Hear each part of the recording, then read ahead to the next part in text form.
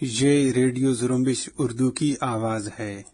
آج اتوار کا دن 21 نومبر اور سال 2021 ہے۔ ریڈیو زرمبش کے آج کی نیوز بلیٹن کے ساتھ میں ہوں آپ کا میزبان دوستین مراد بلوچ۔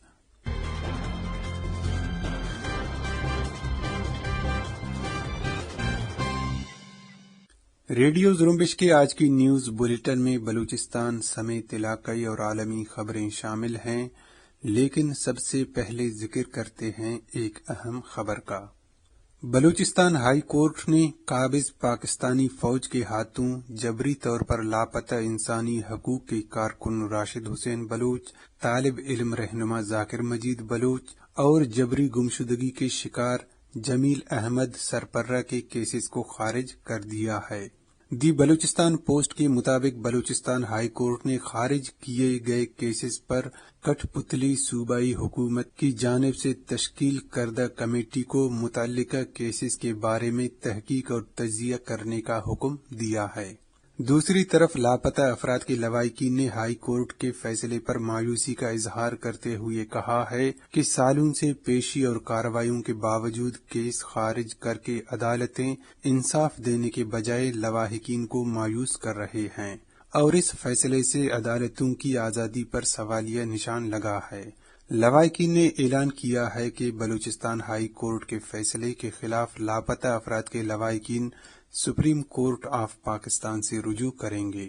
ہائی کورٹ کی جانب سے لاپتہ افراد کے کیسز کو خارج کرنے پر لاپتہ انسانی حقوق کے کارکن راشد حسین کی ہمشیرہ فریدہ بلوچ نے کہا کہ بلوچستان ہائی کورٹ نے راشد حسین سمیت دیگر لاپتہ افراد کے کیسز کو صوبائی حکومت کی کمیٹیوں پر ڈال کر خارج کر دیا ہے، جبکہ مذکورہ جج نے پہلے ہی روز لاپتہ افراد کی خواتین لواحقین کو گھر میں بیٹھنے کا کہہ کر تذلیل بھی کی تھی۔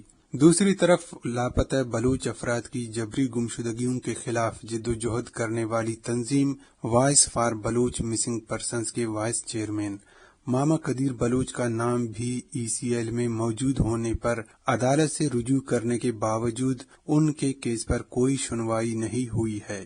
آئیے اب دیگر خبریں سارین بلوچ سے سنتے ہیں۔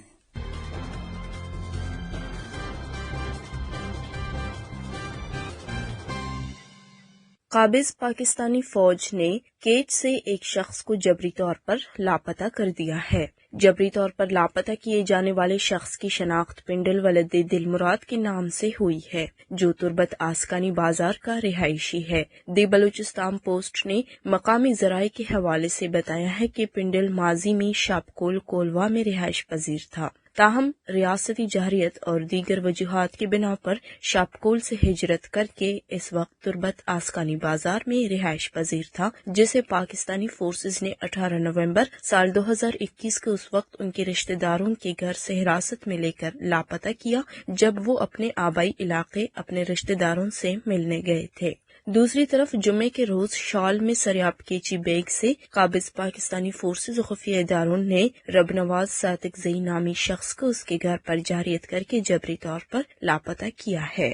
رب نواز کے بارے میں اطلاع ہے کہ انہیں ایک مرتبہ پہلے بھی جبری طور پر لاپتہ کیا گیا ہے۔ اسی طرح نوشکی کے رہائشی جنت خاتون نامی خاتون نے کہا ہے کہ اس کے بیٹے بشیر احمد کو 4 سال قبل نوشکی سے پاکستانی فورسز و خفیہ اداروں کے اہلکار اس کے سامنے اغوا کر کے لے گئے تھے، جو تاحال لاپتہ ہے۔ جنت خاتون کے مطابق اس کے بیٹے بشیر احمد ولد محمد رمضان محمد حسنی کو 11 اگست سال 2017 کو رات کے وقت FC خفیہ اداروں نے گھر پر چھاپہ مار کر اغوا کر کے اپنے ہمراہ لے گئے۔ انہوں نے کہا کہ میں نے اغواکاروں سے التجا کی میرے بیٹے کو مت لے جائے، لیکن فورسز دیگر افراد کو تشدد کا نشانہ بنا کر بشیر احمد کو لے گئے۔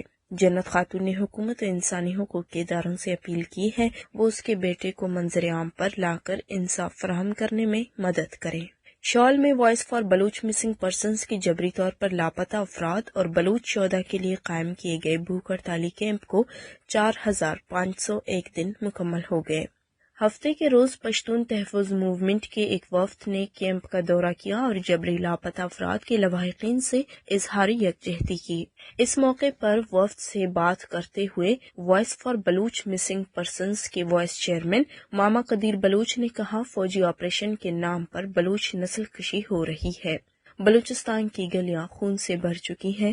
ریاستی لشکر گھروں میں گھس کر بلوچ روایات کو پامال کر رہا ہے۔ انہوں نے کہا کہ خواتین اور بچوں پر تشدد کر کے انہیں اغوا اور گھروں میں لوٹ مار کے بعد گھروں کو جلایا جا رہا ہے۔ بلوچ مسلح آزادی پسند تنظیموں نے قابض پاکستانی فورسز اور ریاستی تنصیبات پر ہونے والے مختلف حملوں کی ذمہ داری قبول کی ہے۔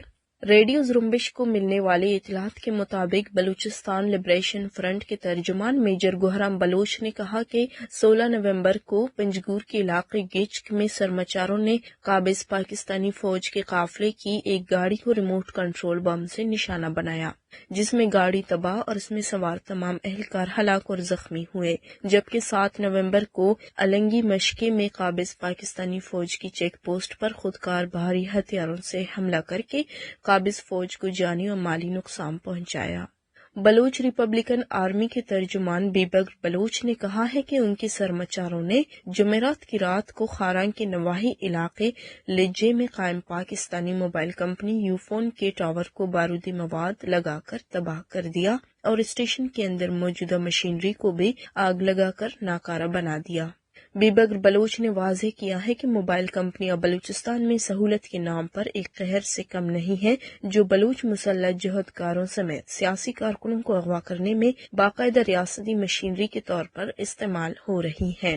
یونائٹڈ بلوچ آرمی کے ترجمان مزار بلوچ نے قابض پاکستانی فورسز پر ایک حملے کی ذمہ داری قبول کی ہے اور کہا ہے کہ جمعے کی صبح UBA کے سرمچاروں نے کیچ کے نواحی علاقے پگنزان زامران میں قابض پاکستانی فوج کے بم ڈسپوزل کی ٹیم کو IED سے نشانہ بنایا، جس میں ایک اہلکار موقع پر ہلاک جبکہ ایک اہلکار شدید زخمی ہوا۔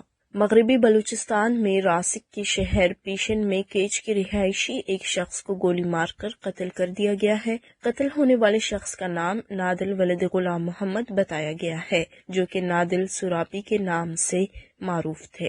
قتل ہونے والا شخص مشرقی بلوچستان کے علاقے کیچ براہو ریک بلومند کے رہنے والے تھے۔ ایک اور واقعے میں جمعے کی رات کو بھی مغربی بلوچستان کے ضلع سراوان کے گاؤں شمسر میں مشرقی بلوچستان کے علاقے کیچ زامران کے رہائشی عارف نامی شخص کو گھر میں گھس کر قتل کر دیا گیا ہے۔ تاحال دونوں قتل کے محرکات معلوم نہیں ہو سکے ہیں۔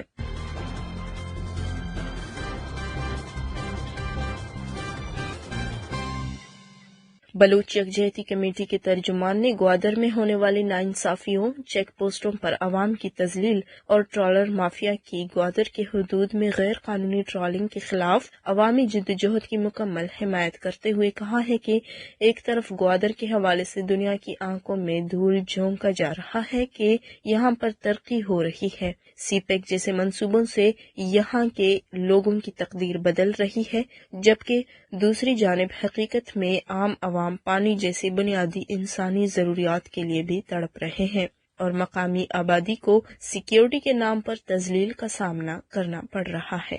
اس کے علاوہ ٹرالنگ مافیا کی طرف سے گوادر کے لوگوں کا معاشی قتل بھی کیا جا رہا ہے، جس سے گوادر کا ماہی گیر نان شبینہ کا محتاج ہو چکا ہے۔ ترجمان نے سانح ہوشاب واقعے میں غفلت کا مظاہرہ کرنے والے DC کیچ، AC کیچ اور تحصیلدار ہوشاب کی عہدوں پر واپس بحالی کو انصاف کے منہ پر زوردار تماچا قرار دیتے ہوئے کہا ہے کہ ان ملزمان کی واپس بحالی سے ثابت ہوتا ہے کہ عدالت کی جانب سے انہیں معطل کرنے کا مقصد جاری احتجاج کو ختم کرنا تھا، جبکہ مہینہ ہی نہیں گزرا اور انہیں واپس ان کے عہدوں پر بحال کر دیا گیا، جس سے ظاہر ہوتا ہے کہ بلوچستان میں بلوچوں کے حقوق کو سلب کرنے میں سپریم کورٹ جیسے ادارے بھی ملوث ہیں۔ Human rights commission of Pakistan HRCP نے بلوچستان کی کوئلے کی کانوں میں انسانی حقوق کی خلاف ورزیوں پر تشویش کا اظہار کیا ہے۔ اس حوالے سے شال پریس کلب میں ایک پریس کانفرنس سے خطاب کرتے ہوئے انسانی حقوق کی تنظیم کے تجربہ کار رکن حسین نقی نے تشویش کا اظہار کرتے ہوئے کہا کہ HRCP کے مشن سے حاصل ہونے والے نتائج سے معلوم ہوا ہے کہ کوئلے کے کانکنوں کو انسانی حقوق کی خلاف ورزیوں کا خطرہ ہے۔ انہوں نے Pakistan central mines labour federation کے اعداد و شمار کا حوالہ دیتے ہوئے کہا کہ رواں سال کانکنی کے حادثات میں کم از کم 176 کانکن جاں بحق اور 180 زخمی ہوئے ہیں۔ ان کا کہنا تھا بلوچستان میں کانکنوں کو غیر ریاستی عناصر کے ٹارگٹ حملوں کے خطرے کا بھی سامنا ہے۔ پاکستان کے وفاقی وزیر قانون فروغ نسیم نے پاکستانی اپوزیشن پر تنقید کرتے ہوئے کہا ہے کہ مبینہ بھارتی جاسوس کلبھوشن یادو کا معاملہ قومی سلامتی کا ہے۔ اپوزیشن کو قومی سلامتی کا ادراک کیوں نہیں ہے؟ انہوں نے کہا کہ یہ پاکستان کی ریڈ لائن ہے۔ بل ایک آدمی کے لیے پاس نہیں ہوا، پاکستان عالمی عدالت میں کیس جیت چکا ہے۔ انہوں نے دعویٰ کیا کہ ہم نے اس قانون سازی کے ذریعے بھارت کے ہاتھ کاٹ دیے ہیں۔ فروغ نسیم کا مزید کہنا تھا کہ پاکستان نہیں، بھارت عالمی عدالت انصاف میں گیا تھا۔ بھارت کے عزائم تھے کہ عالمی عدالت میں پاکستان کے خلاف توہین عدالت کا کیس فائل کیا جائے۔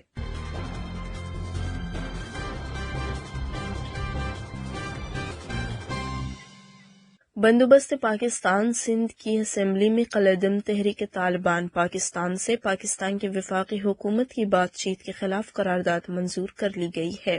قرارداد میں کہا گیا ہے کہ عوام کے قاتلوں سے بات چیت کرنے سے پہلے تمام اداروں کو اعتماد میں لیا جائے۔ قرارداد سے متعلق پاکستان پیپلز پارٹی کے رکن قاسم سومرو کا کہنا تھا کہ کالعدم TTP کے دہشت گردی سے ملک کے عوام نے نقصان بھگتا ہے۔ دوسری طرف سندھ اسمبلی میں قرارداد پیش کرنے کے دوران اپوزیشن لیڈر حلیم عادل اور تحریک انصاف کے اراکین سمیت اپوزیشن نے شور شرابہ کیا۔ ریڈ کراس کی بین الاقوامی کمیٹی ICRC کے سربراہ پیٹر مورر نے کہا ہے کہ افغانستان کو انسانی بحران کی سنگین صورتحال درپیش ہے اور امدادی تنظیمیں ڈاکٹروں، نرسوں اور دیگر عملے کو مقامی کرنسی میں تنخواہ دینے کے لیے مشکلات سے دوچار ہے، کیونکہ اس وقت بینکوں میں تنخواہیں منتقل کرنے کا کوئی نظام موجود نہیں ہے۔ دبئی میں ایسوسی ایٹڈ پریس کے ساتھ ایک انٹرویو میں پیٹر مورر نے مزید بتایا کہ افغانستان کا اصل مسئلہ بھوک کا نہیں، اہم مسئلہ سماجی خدمات کی عوض تنخواہ دینے کے لیے نقدی کی فراہمی کا نہ ہونا ہے، جو سہولت پہلے دستیاب ہوا کرتی تھی اب نہیں ہے۔ فلسطینی مسلح تنظیم حماس کو برطانیہ نے دہشت گرد تنظیم قرار دیتے ہوئے اس کی سرگرمیوں پر مکمل پابندی عائد کر دی ہے۔ اس کا اعلان برطانوی وزیر داخلہ نے کیا۔ برطانوی میڈیا کے مطابق حکام نے عسکری اور سیاسی تنظیم حماس کی مختلف عسکری سرگرمیوں کے تناظر میں اس پر پابندی عائد کر دی ہے اور جلد ہی اس پابندی کے فیصلے کو حتمی اور قانونی شکل دینے کے لیے حکومت ملک کی پارلیمنٹ سے رجوع کرنے والی ہے۔ امریکی صدر جو بائیڈن نے کہا ہے کہ امریکہ چین میں انسانی حقوق کی خلاف ورزیوں پر بیجنگ میں اگلے سال ہونے والے سرمائی اولمپکس کے سفارتی بائیکاٹ پر غور کر رہا ہے۔ انہوں نے کہا کہ اگر ہم نے چین میں ہونے والی سرمائی اولمپکس کا سفارتی بائیکاٹ کیا تو ان کھیلوں کے موقع پر امریکہ کی سرکردہ شخصیات شرکت نہیں کریں گی، تاہم کھلاڑیوں کو شرکت کی اجازت ہوگی۔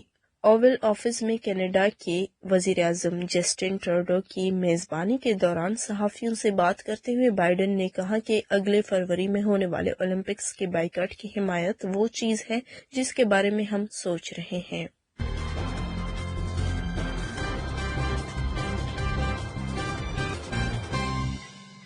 یہ تھیں سارن بلوچ۔ اسی کے ساتھ ہی آج کے نیوز بلیٹن کا اختتام ہوتا ہے۔ دوستین مراد بلوچ کو اجازت دیجیے۔